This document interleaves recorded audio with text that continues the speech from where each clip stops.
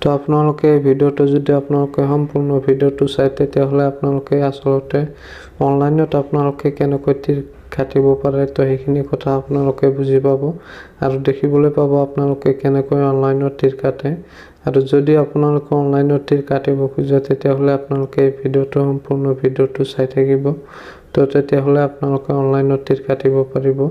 তো এতিয়া আমি গুগলত সাৰ্চ কৰিম onlinetircounter.com অলপ লোডিং হোৱাৰ পিছত আপোনালোকে চাই আছে এনেকৈ এটা ইন্টাৰফেস আহিব আপোনালোকৰ সন্মুখত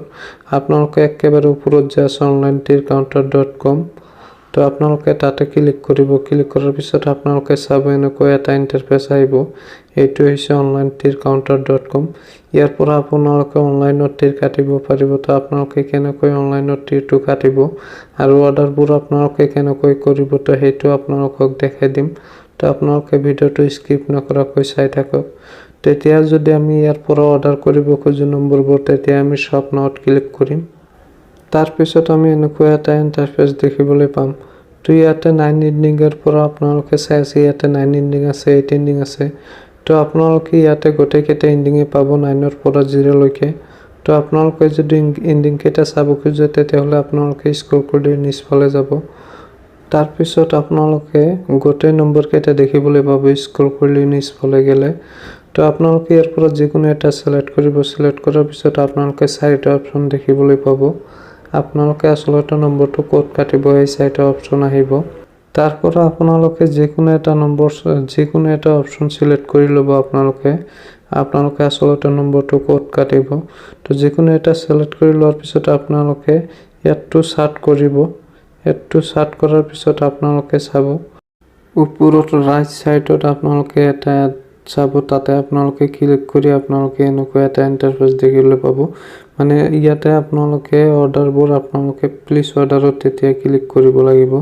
তেতিয়া হ'লে আপোনাৰ অৰ্ডাৰটো হ'ব তেতিয়া আমি প্লিজ অৰ্ডাৰত ক্লিক কৰিম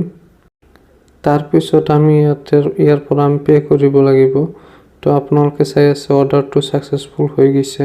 হৈ যোৱাৰ পিছত এতিয়া আমি অৰ্ডাৰটো পে কৰিম কেনেকৈ তো এতিয়া আমাৰ হোৱাটছআপত এটা এসএমএস আহিব তো আপোনালোকে আপোনাৰ হোৱাটছআপ নম্বৰটো দি কনফাৰ্ম কৰি ল'ব তো হেই আপোনালোকে হোৱাটছআপৰ এসএমএসত যাই আপোনালোকে পেমেন্টটো দিব পাৰিব তো বলক এতিয়া হোৱাটছআপত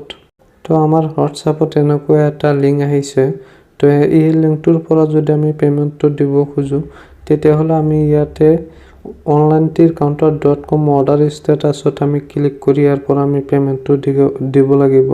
তো আমি তাতে ক্লিক কৰিম তাৰ পাছত আমি এনেকৈ এটা ইন্টাৰফেস দেখিবলৈ পাম